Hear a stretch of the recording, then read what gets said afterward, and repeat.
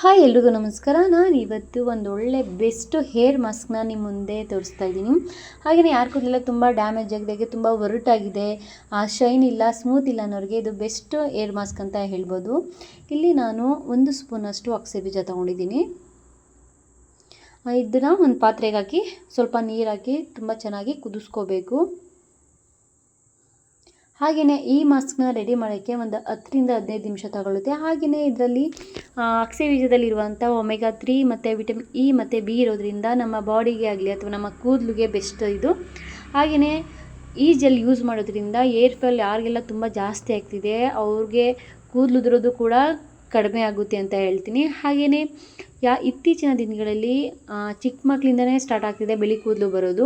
ಅವ್ರಿಗೂ ಅಷ್ಟೇ ಈ ಮಾಸ್ಕ್ನ ಯೂಸ್ ಮಾಡೋದ್ರಿಂದ ಏನು ಚಿಕ್ಕ ವಯಸ್ಸಿಗೆ ಬಿಳಿ ಕೂದಲು ಬರ್ತಿದೆ ಅದನ್ನು ಆದಷ್ಟು ತಡೆಗಟ್ಬೋದು ಅಂತ ಹೇಳ್ಬೋದು ಈ ಮಾಸ್ಕ್ನ ಯೂಸ್ ಮಾಡೋದ್ರಿಂದ.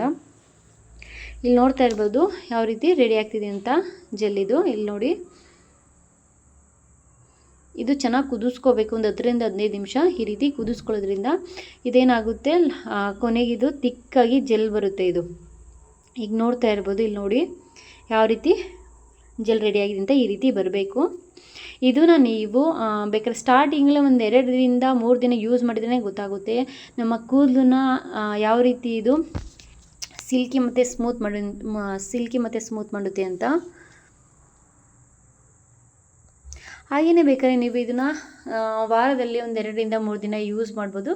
ಬೇಕಾದ್ರೆ ಇದಕ್ಕೆ ನೀವು ಸ್ವಲ್ಪ ಕೊಬ್ಬರಿ ಎಣ್ಣೆ ಅಥವಾ ಹರಳೆ ಎಣ್ಣೆ ಇದ್ದರೆ ಇದಕ್ಕೆ ಮಿಕ್ಸ್ ಮಾಡಿಕೊಂಡು ಬೇಕಾದ್ರೆ ನಿಮ್ಮ ಸ್ಕ್ಯಾಲ್ಪ್ ಅಥವಾ ಕೂದಲಿಗೆ ಹಚ್ಬೋದು.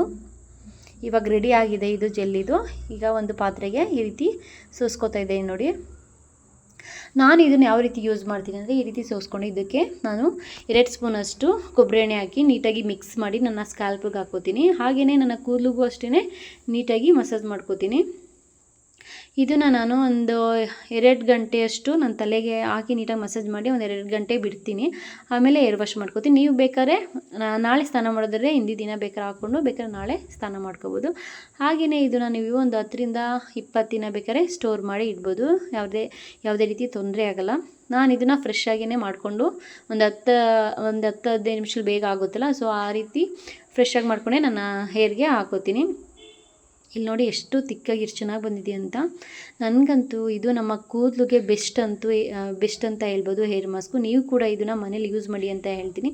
ಹಾಗೆಯೇ ಈ ವಿಡಿಯೋ ಯಾರಿಗೆಲ್ಲ ಇಷ್ಟ ಆಯಿತು ಪ್ಲೀಸ್ ನನ್ನ ಚಾನಲ್ನ ಸಬ್ಸ್ಕ್ರೈಬ್ ಮಾಡ್ಕೊಳ್ಳಿ. ಹಾಗೆಯೇ ಲೈಕ್ಸ್ ಮತ್ತು ಶೇರ್ ಕೂಡ ಮಾಡಿ ಅಂತ ಹೇಳ್ತೀನಿ. ಎಲ್ರಿಗೂ ಬಾಯ್.